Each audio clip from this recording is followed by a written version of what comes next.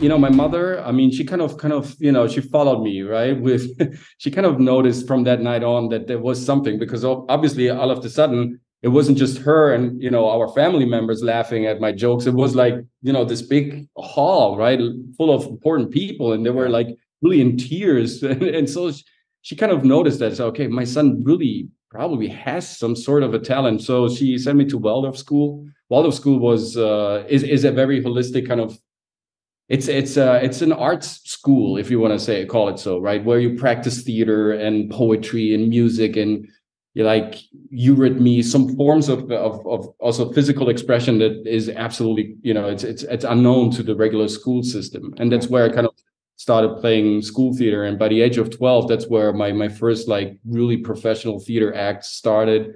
And from that moment on, I was basically acting all the time, on and off until I had drama school when I think I was like 22, 23 years old, something like that, 23, 24 years old. I went to drama school. I said, finally, okay, I have to try it. I was doing all sorts of jobs. I was also into fashion. I love art, and I was into street culture. I was doing graffiti art. I was also producing rap songs with my crew and all that. So that was all wonderful. But I felt with acting, with this communication of, enacting this other person and jumping into these different characters, I felt like the biggest freedom, right? The biggest control over my choices. And that's why I also started, kind of getting in when I'm talking about, when people are like, yeah, but acting is lying and impersonating someone else and pretending to be like, but it's not what it is. I mean, great communication, whether that's acting, whether that's creating a graphic design poster, whether it's creating a great script or a great podcast, it's always art. It always needs sincerity. It always needs like an exchange, a great communication. And you need